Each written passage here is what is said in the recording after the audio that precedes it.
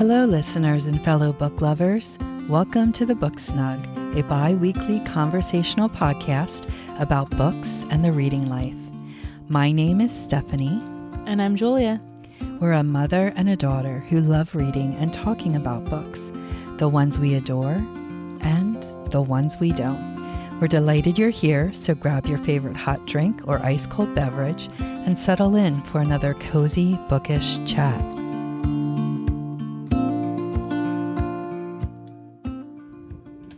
Hi, Mom. Hi, Julia. How are you today? I'm happy to be here in the Book Snug. I'm happy to be talking about books and thinking about fun, pleasant things. How about you? Same. Yeah.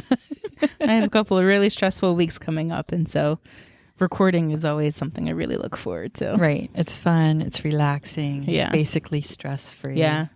There's something that I have found to be really fun about taking this hobby that we both really enjoy. And I think, doing it like a podcast format can make it feel kind of jobbish. Like, oh, I have to do this again, taking the joy away from it. Because we have deadlines.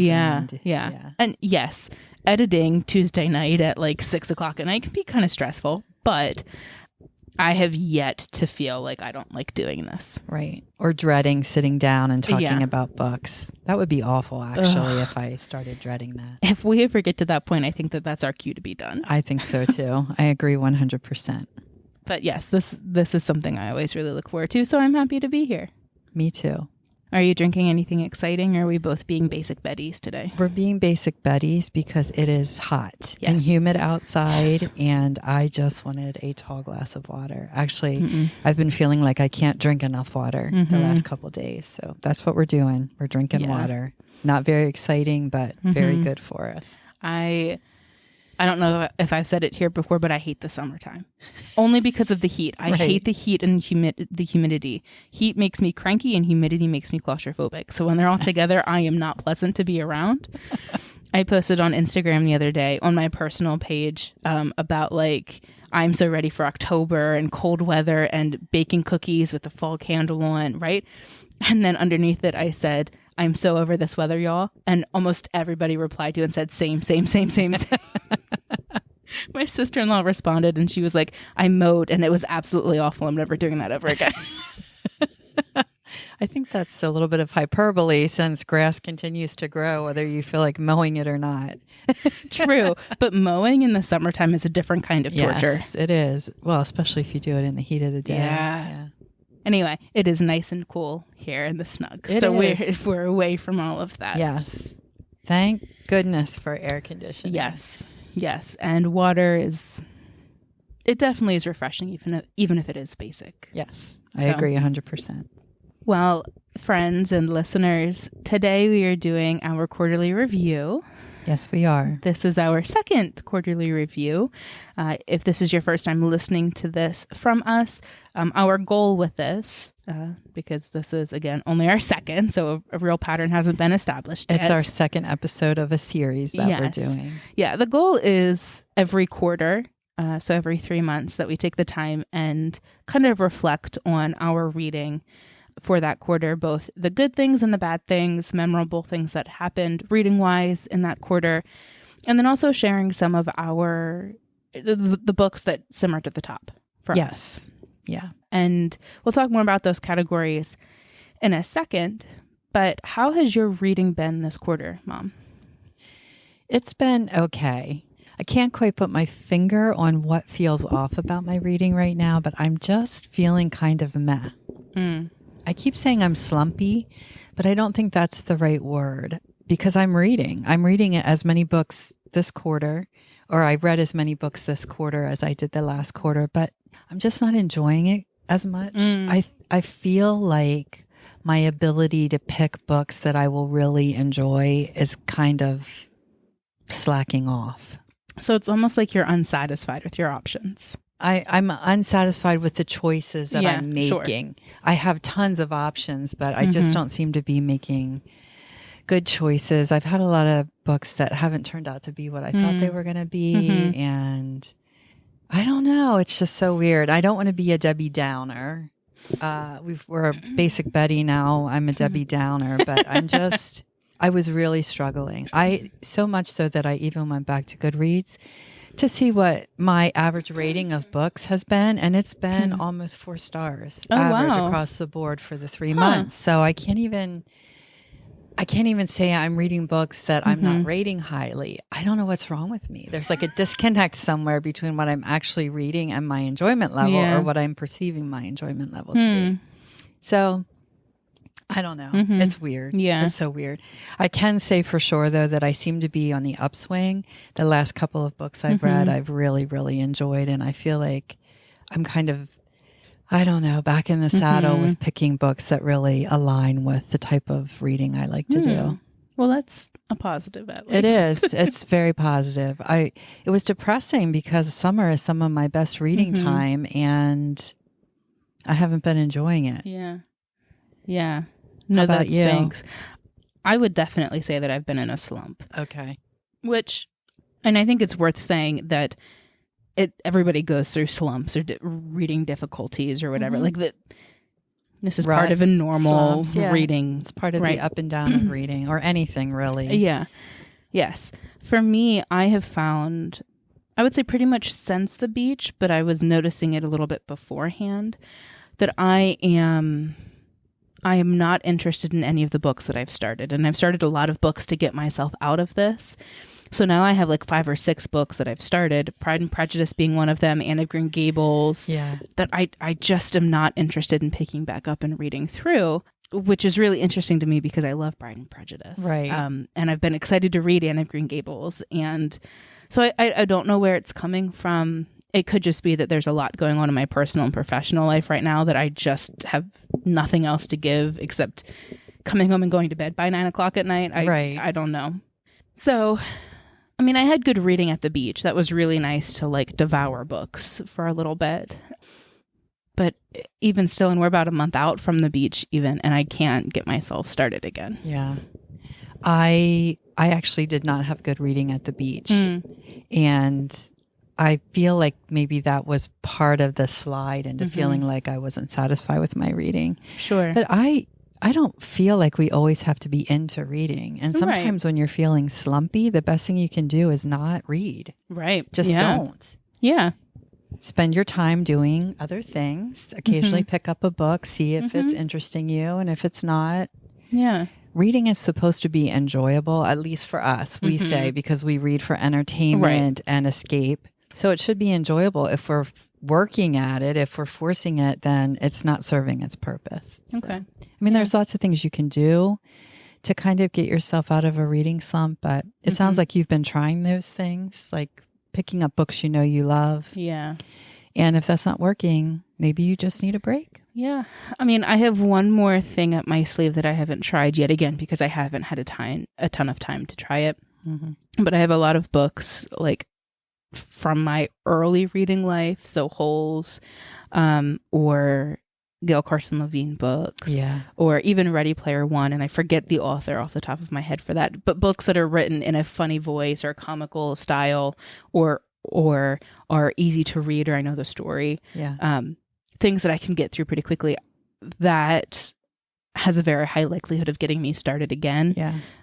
So it's just a matter of sitting down and doing that. You mentioned Ready Player One. It's by Ernest Cline, by the way. Thank you. That's an extremely fast-paced book. Yes. And sometimes I think a book like that is just what you need to get you going again, that you pick up a book and you just want to keep reading because it's so plotty. The plot is just pushing you forward.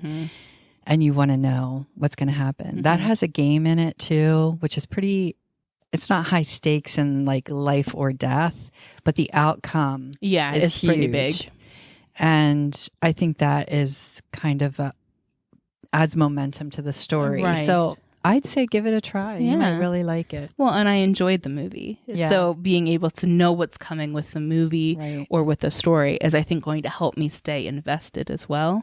So like I said, I just need to sit down and devote maybe an hour. And then once I get started, I'll get rolling again. It's also a little bit out of your quote unquote comfort zone or your wheelhouse or whatever trendy term you want to use. Sometimes that can be just enough novelty to really pull you in as well. So that might be a good pick for you. Yeah. And I've been interested in it for a while. So just comes back to, I just need to get the energy and the time. Yeah.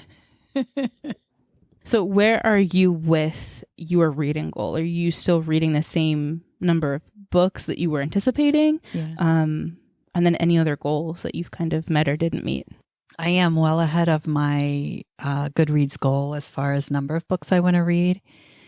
I know this is an annoyance to you, Julia, but I picked 65 books for the year. I know. I've already read 56. Mm-hmm. So I'm like 24 books ahead of where I need to be at this time in the year to complete my goal. So the reading pace is fine. I'm actually reading, I read more this quarter than I did the first quarter. So the quantity is right there. It's just, I'm not sure the quality is. I'm meeting or surpassing all of my goals so far. My Goodreads goal is 65 books by the end of the year, and I have read 56. So I'm 24 books ahead of schedule there.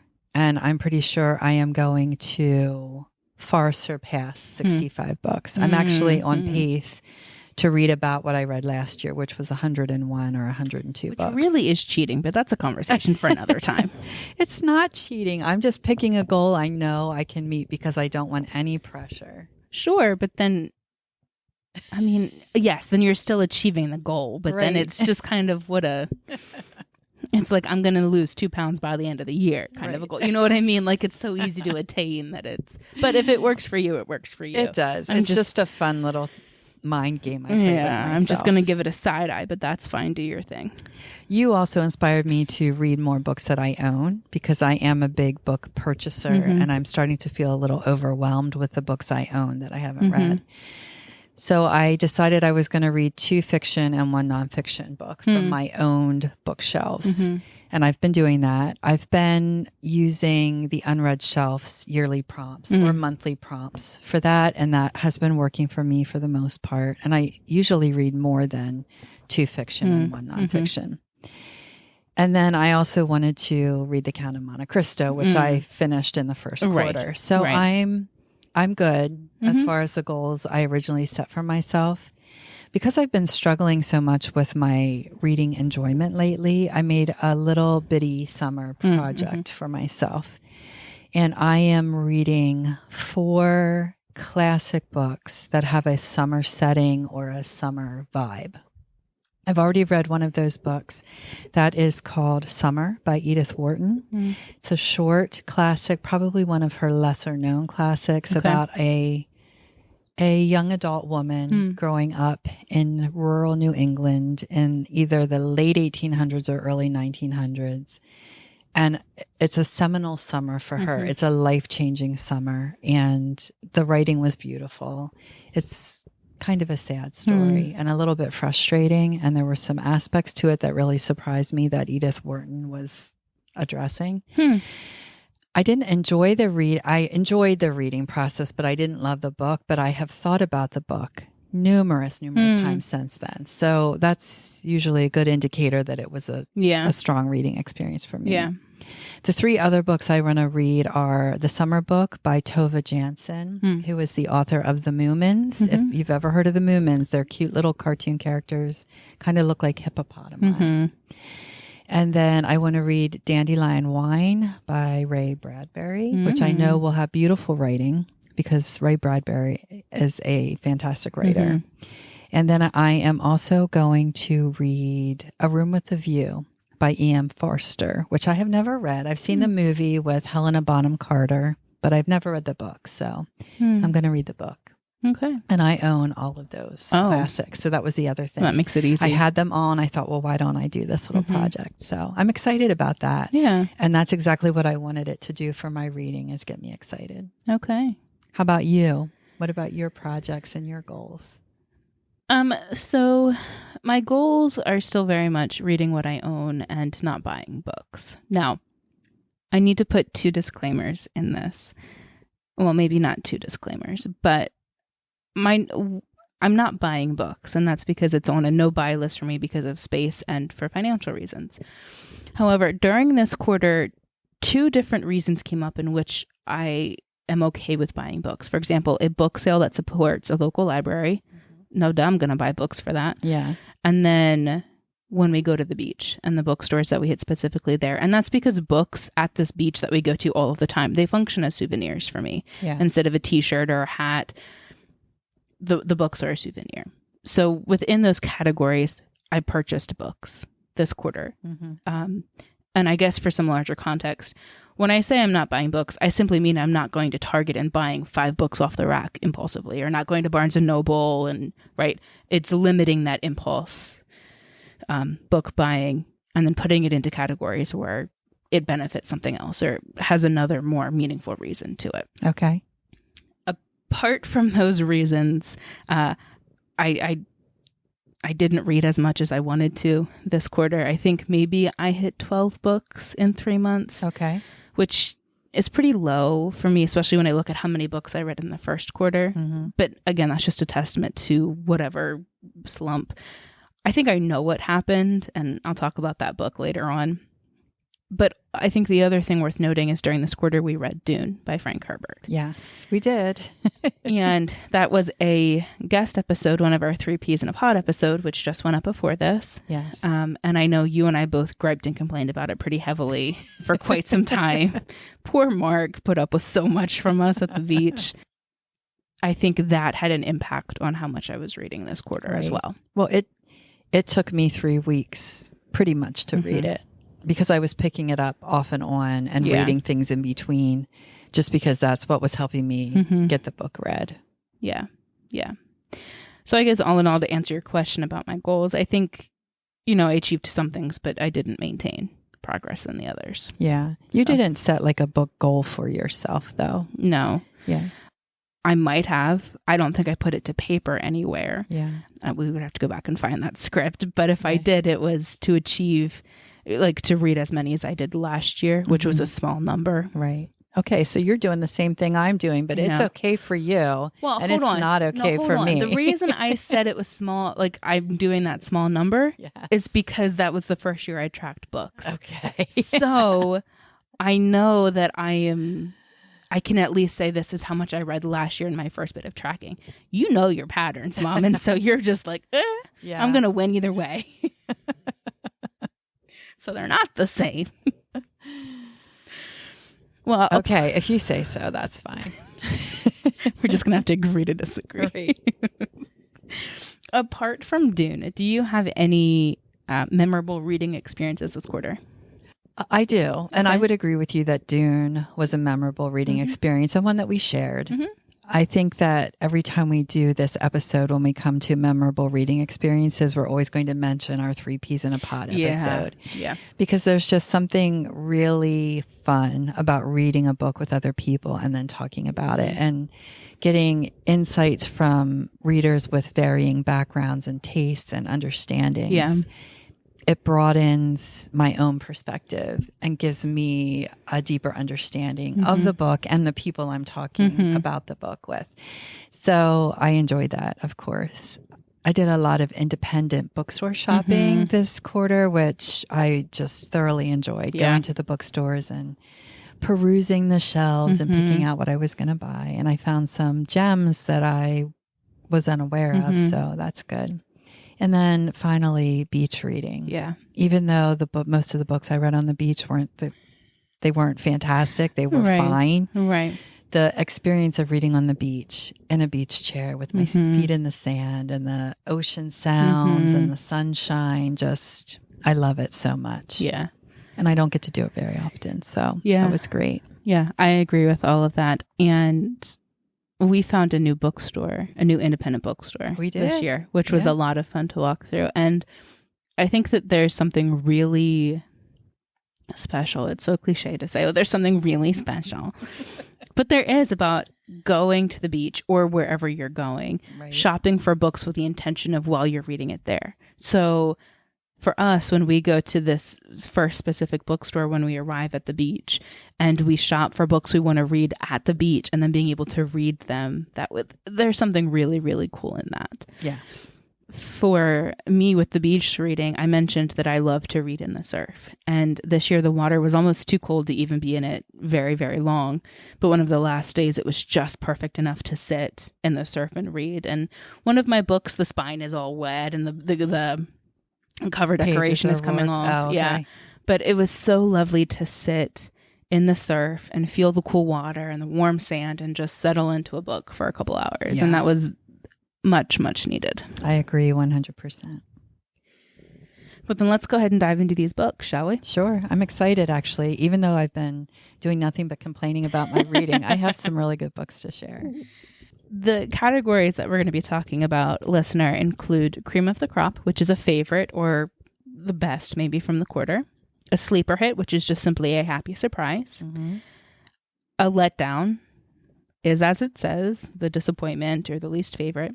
And then a wild card, any other thing that we want to talk about. Sounds good. Can't wait. So what is your Cream of the Crop, Mom? My Cream of the Crop book is the only book I read at the beach that I gave 5 stars to. I read it in a day, and I also purchased it at one of the independent bookstores we visited while we were on vacation. And believe it or not, this book is about cleaning your house. And it's called How to Keep House While Drowning, A Gentle Approach to Cleaning and Organizing by K.C. Davis. This is a short book. It's very short, extremely easy reading, and the author even sets up the book that you can skip pages and just get the dirty, down and dirty lowdown of the book in just a few pages. I read the whole thing. I read it in an afternoon sitting on the beach. I think it was our last day at the beach. And the reason I just enjoyed this book so much is K.C. Davis approaches keeping house and cleaning from the perspective that it is a neutral behavior, a neutral responsibility. There is no morality tied to it. So if you clean your house, that doesn't make you good. If you don't clean your house, that doesn't make you bad. It's a morally neutral activity. And I just really appreciated that. And then she talks about how when we clean or when we choose what we're going to eat or when we take care of ourselves, we should do it with gentleness. We should do it in a way that serves us and our family, that we're not obligated to do these behaviors to satisfy anybody else. She comes from the perspective of a therapist who deals with people who are struggling with anxiety and depression, people who have ADHD. So she is very much used to, and she has ADHD herself. So she's very much used to helping people like this set up systems in their life to help them do the things they want to do or that they need to do, because she feels like everybody should be able to live in an environment that is at the level of cleanliness and organization that they desire. So I just really appreciated the approach. I've been keeping house for years. I mean, none of this was new to me. Sure. But her approach to it was a little bit new. And she has some unorthodox concepts with cleaning. Like she talked about having a baby, and sometimes all she could manage, because it had to happen, is she would take the bottles, the baby bottles, and put them in a dishwasher full of clean dishes, but the bottles were dirty, and run the whole dishwasher again just because she needed the clean bottles. And she just didn't feel like she had the time or energy to unload and reload the dishwasher. So I'm not saying I agree or disagree with that. Sure. It's just that she was very open about making your own systems that work for you and your family and get you through the day the way you need to get through the day. So it was good. I just really, really enjoyed it. Easy reading, kind of fun. And I just very much appreciated her philosophy and perspective. Yeah. Yeah. I'm very excited to read this book. You've given it to me to read. And it's something in my own life that I have been independently getting to, of how to develop systems that work for me and Ben as we are living in a busy life of keeping our house the way that is the easiest for us to do so.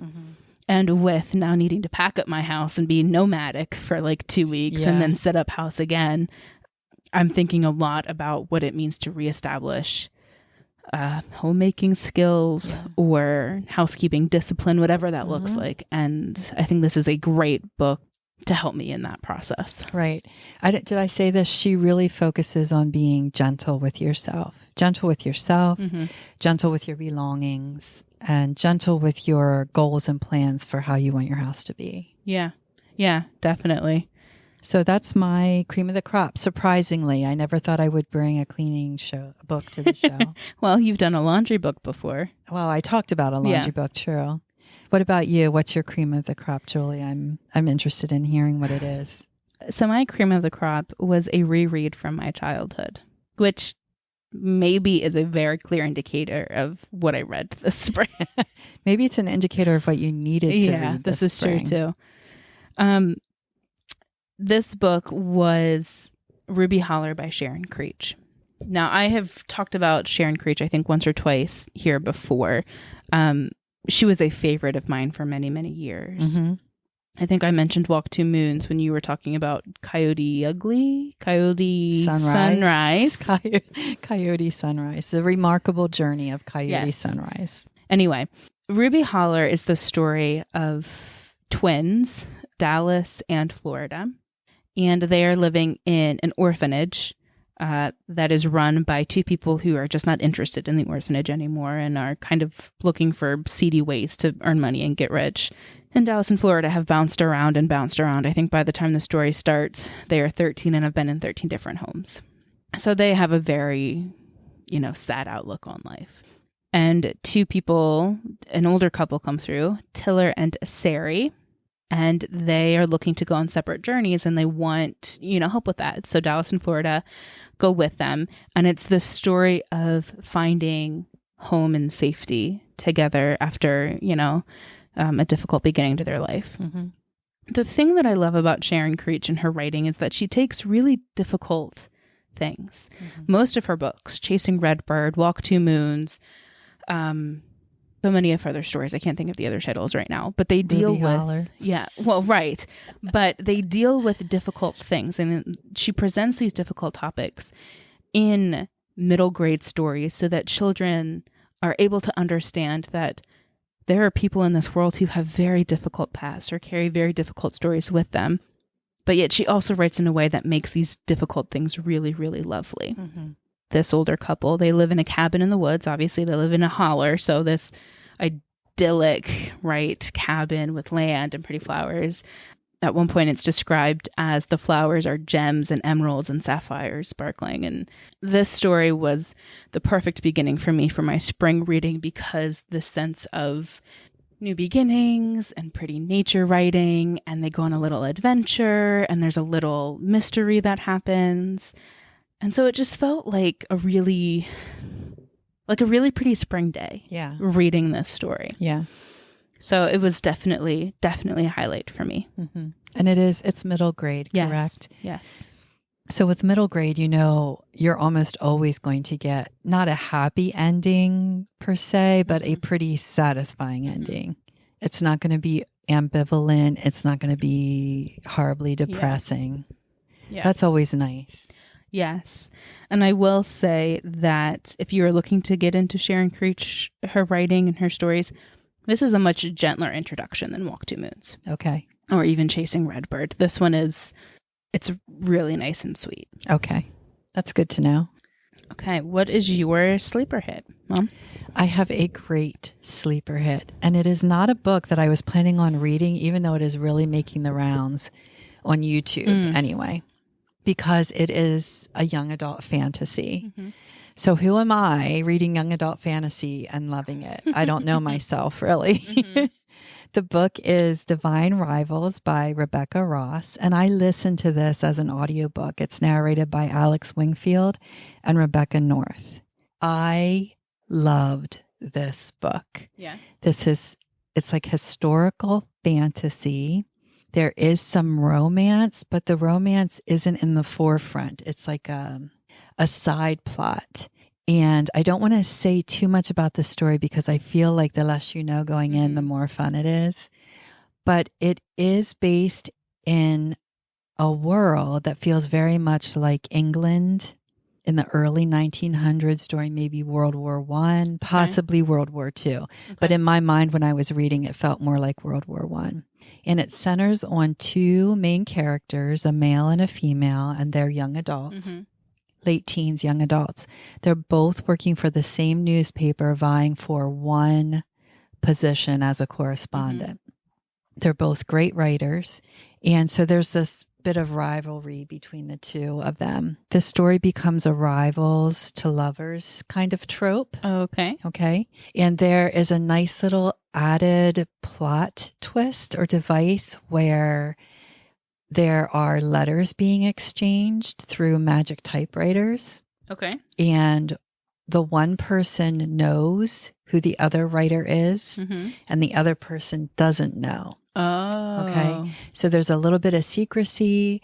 There's this blooming romantic relationship. And then the female character goes to the front line of the war and starts sending articles back about what's happening on the front line. So it gets very dark in the second half of the book. And the love story kind of bubbles up more at the end of the book. That's all I want to say about the story. The only other thing I want to add is what makes this fantasy, the magic typewriters, of course. There is some magic in the world, but it's rather random and not really explained. And the war itself has been created by gods. Oh. So the gods are warring and humans are fighting for whichever side, and they're fighting each other. Okay. So that's what the actual war is. I have a feeling this is the first book. I don't know if it's in a duology or a series, but I have a feeling the second book's going to be a little bit darker, more focused on the war aspect and the gods.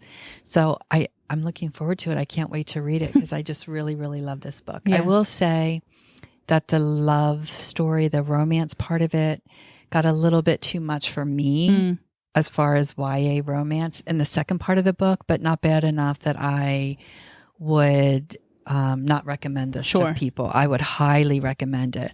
Rebecca Ross does such a good job with her writing and the way she describes things and the way the characters are behaving that they just sit perfectly in the setting. It all makes sense. So that is Divine Rivals. And the cover of the book is gorgeous. Okay.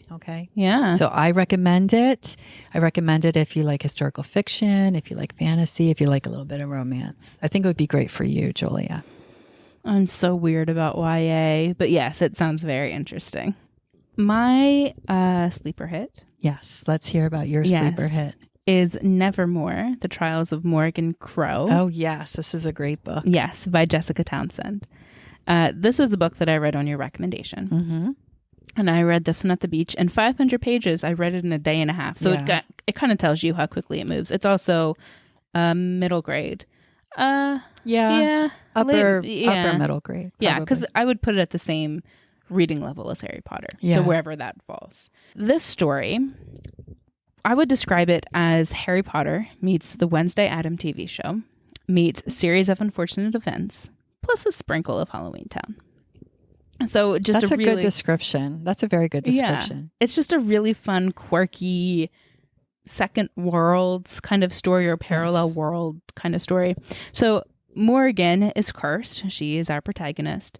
And because of her curse, it is a held belief that on her 11th birthday, on Eventide, she will die. So, of course, leading up to this event, it's all doom and gloom. And then Jupiter North appears and whisks her into Nevermoor. Right. And Jupiter North is a really fun character. He is. But he whisks her away to Nevermoor for a scholarship to join the Wanderess Society. In order to join this society, she has to pass 4 trials, I believe. I think, yeah. And if she does not pass them, and if she does not get a seat in the Wanderers Society, she is then sent back to her initial town where she will die. The real world, yes. And she will die. Yes. Yeah, right. So there's pretty high stakes. Yes, absolutely. I would kind of say that this book is very similar to the Harry Potter Goblet of Fire, in so much in that there's 4 separate things that the main character has to do in order to meet this final circumstance situation, right? This book was so much fun. It is. It's a ton of fun. Yeah. Part of the Wonder Society, everybody who is auditioning or championing, that's not a word.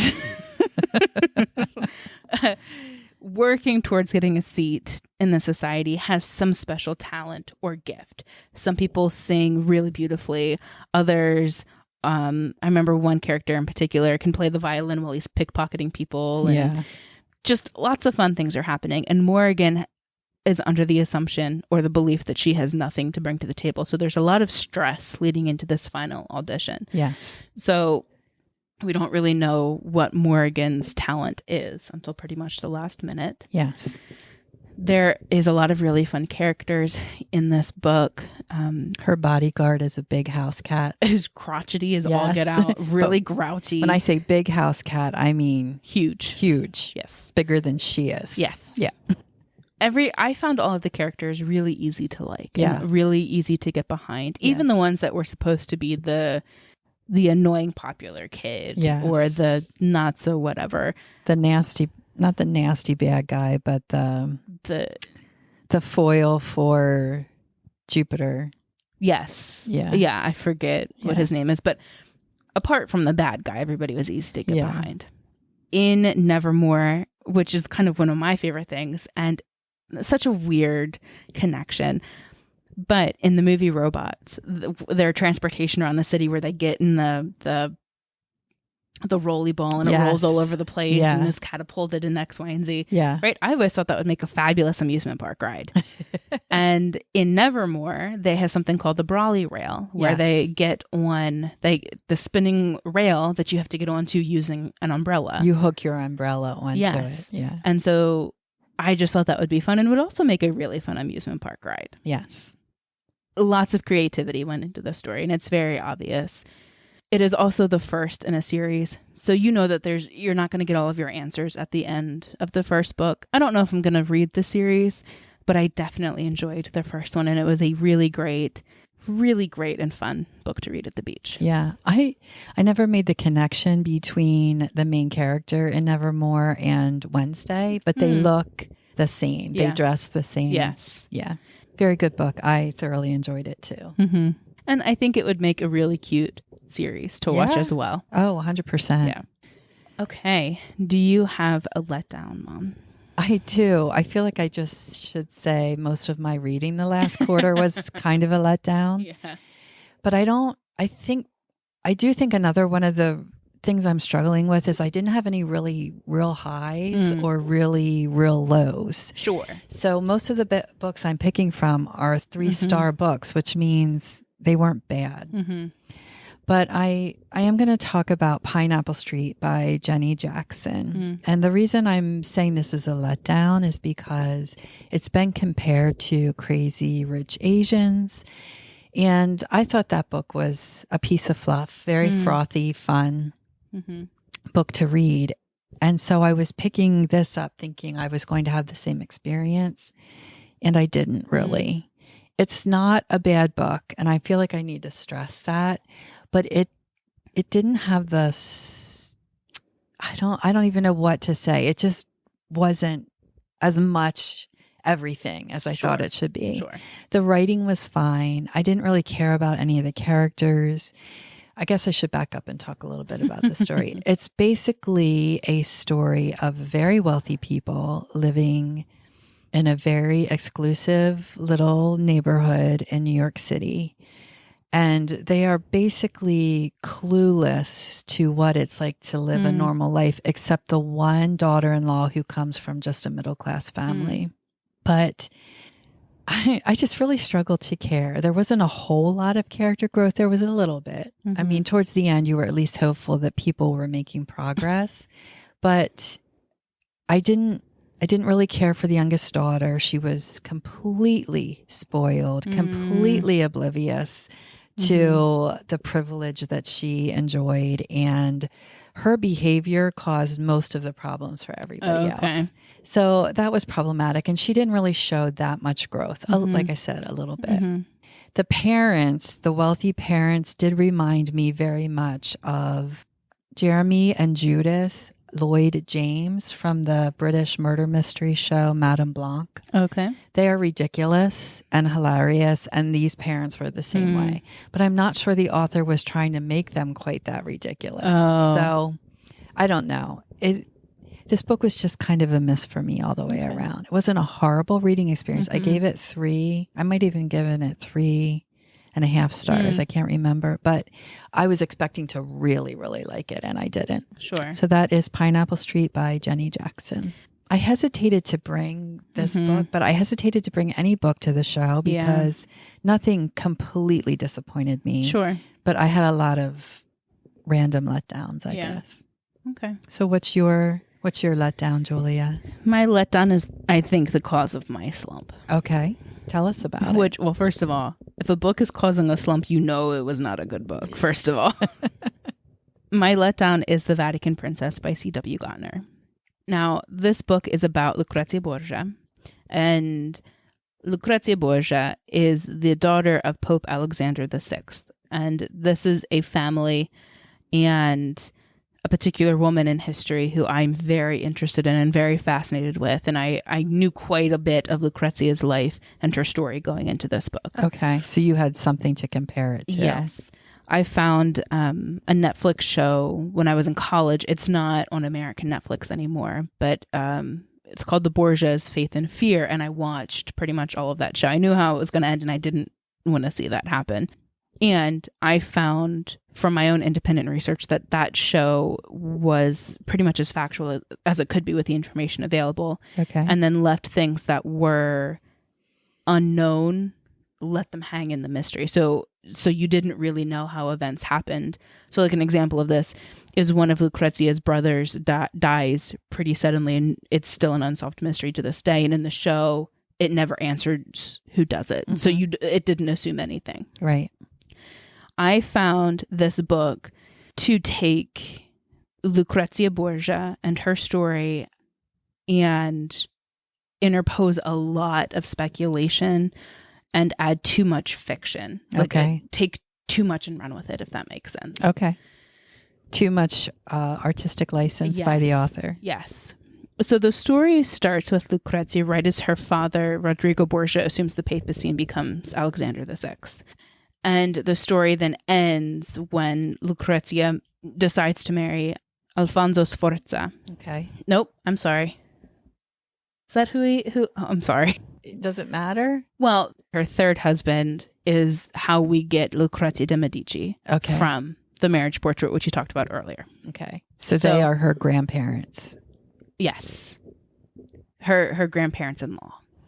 Because she marries her husband's grandparents. Yes. Okay. Yes. So I just can't remember that last name, but that's that connection. So it's a solid 10 years or so that this book covers. And apparently C.W. Gortner is known for being a pretty sound, researched historical fiction writer. And I found this book to be very, very dark in the not Middle Ages, Italian Renaissance. So this papacy, Alexander VI. Anyway, Rodrigo Borgia's papacy runs from the end of the 1400s through to the beginning of the 1500s. Okay. And in that time, right, there's a lot of brutality that's happening. And I don't want this to turn into a history lesson, but the point is there's a lot of controversy surrounding the Borgias because were they more violent and incestuous and gross than other families, or are they within historical context? And I think this book played way too much into that. Into the abnormal, brutal behavior. The brutal, the inappropriate, all of that. To the point that I thought that the Lucretia in this story was an absolute disservice to who Lucretia probably might have been. Okay. And so it just left me feeling pretty gross after I finished reading it, which is not cool. Not what you want when you're reading a book for entertainment and escape. And especially if it's somebody who I already like the character, the person, I already have an idea of who they are and I like who that person is. Yeah. So that was my letdown. I rambled quite a bit about that. So that's what kind of put me on my slumpy path. Mm-hmm. Sounds like you need a good, quick, plotty book to get yourself going. Yes. Again. Thanks, C.W. Gortner. Well, my wild card pick for this quarter is not a single book. Mm-hmm. I've been talking about how my reading's just been a little off kilter. The thing that kept me going and kept my pleasure at a level that I appreciate are authors that I have read before and really loved and delivered again. Mm-hmm. They're dependable authors that I know will always give me a good story that I can enjoy. And those authors would be Sarah Addison Allen. I recently read Other Birds by her, and that book was just an absolute delight to read. It was a little bit different than her normal books. She always does magical realism, but this book had more supernatural aspects to it, and there was not one main character you were following. You were following all the characters equally. And their storylines eventually interconnect. And it was just absolutely delightful. I wish I would have waited and read it when we went to the beach. Sure. Because it takes place on this little island, touristy island off the coast of North Carolina. And it definitely has a summery, beachy, beach town vibe. The second book I read was by Jane Harper, who is an Australian author who writes mysteries, very atmospheric mysteries. And I recently read The Survivors, and it was fantastic. It was a beach town in Tasmania that suffered some real tragedy about 10 years ago. And then in the current time frame, there's a murder that takes place. And the whole story is how these two different time frames come together and intersect. So it was just great. It was a great book about grief, a great book about getting old and suffering from dementia, a great book about insular small towns and how people can turn on each other. And I really, really, really enjoyed it. So my solid authors were saving my life reading this quarter. That's my wild card. How about you, Julia? Well, I was going to say that sounds like a lot of hard subject material. It was definitely a more somber book. And it didn't, I mean, it's a murder mystery and you do get a resolution, but there were still lots of hard things happening, even when the book was done. But I thought it was handled well and it was believable. So I still really enjoyed it. Okay. All right. What's your wild card? I can't wait to hear what you have. My wild card is quite a turn in the opposite direction. It's so ironic because remember how I said that I don't really like open door romance stories, but if I'm going to read them, I'll read them at the beach because I'm going to be sunburnt. So nobody can see you blushing. Yeah. It's ironic for 2 points. One, because my face didn't get sunburnt. And second, the title of this book is Erotic Stories for Punjabi Women. So right off the bat from the title, it kind of gives everything away. It sounds like you'd be embarrassed just carrying that book around. Oh, it was. I was so cautious about where am I putting this down? Where am I leaving it sit? Who am I reading it near? Because first of all, that's quite a title to just have out in the open. It is. Second of all, vastly outside of my normal reading. And third of all, I didn't really want to answer any of those questions while I was on the beach. But I picked up this book at the first bookstore we stopped at. And in this bookstore, they do have a section of books written by authors from other parts of the world. And I picked it up and I looked at the title and it's a very pretty cover. And I read the back and I said, I'm at the beach. I'll be impulsive. And I bought it and there we go. It is written by, I'm so sorry if I butcher this, Balli, Kaur, Jaswal. Okay. This story, yes, there are very open door parts of the book. And I keep trying to justify this book by saying, oh, it's not the main point. But no, absolutely, it's 100% the main part of the story. Are they stories, though, or are they real scenes that are happening? No, they're stories. Okay. They're stories that are being told and written down. Okay. But they're in the book. Yes. Got it. Yes.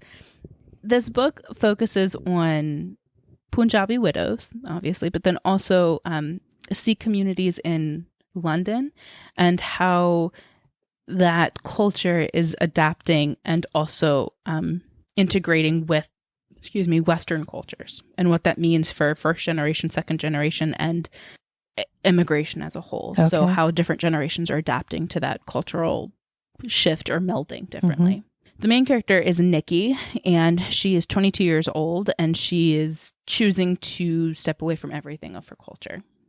She carries some things, right? So she is holding to some of the Sikh principles, but she doesn't want an arranged marriage.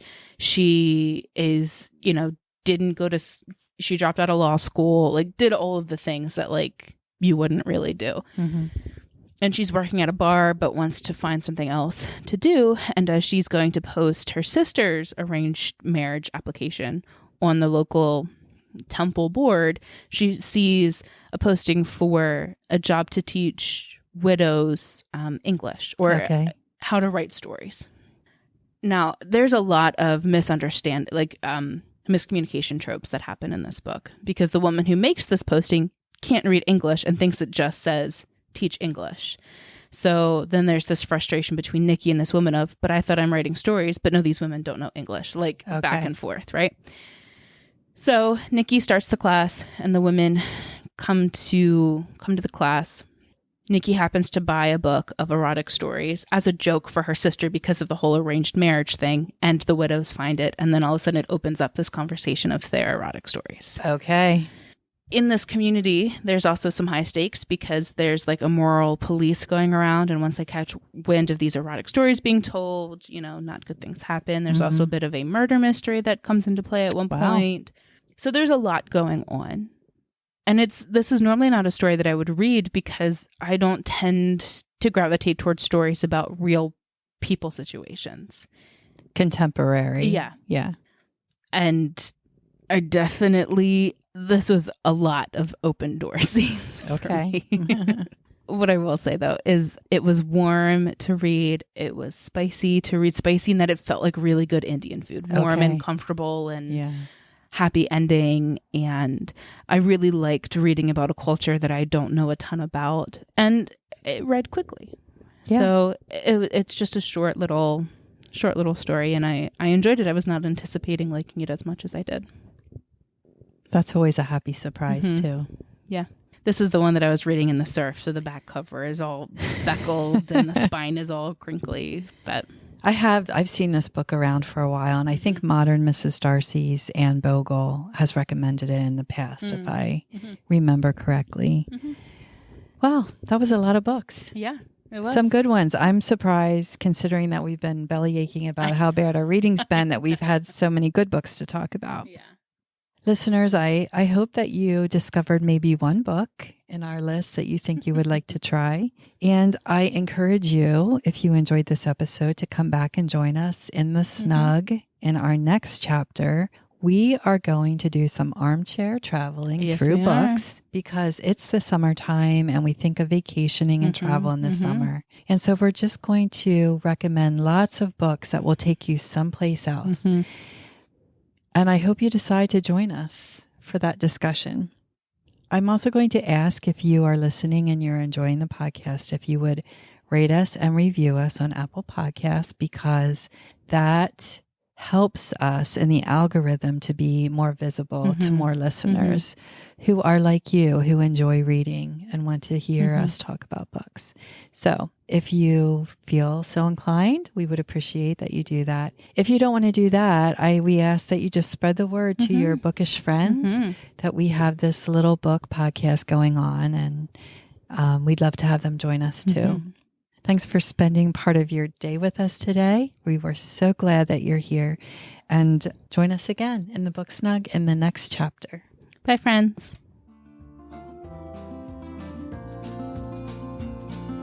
We'd love for you to continue today's conversation with us at the BookSnug_podcast on Instagram and at the Booksnug Podcast on Facebook. All of our episodes can be found wherever you listen to podcasts, as well as at our website, thebooksnugpodcast.buzzsprout.com, where show notes for every episode can be found. We'd love to hear from you. Email us at thebooksnugpodcast@gmail.com. As C.S. Lewis, one of our favorite authors, famously said, "You can never have a cup of tea large enough or a book long enough to suit me." And we wholeheartedly agree.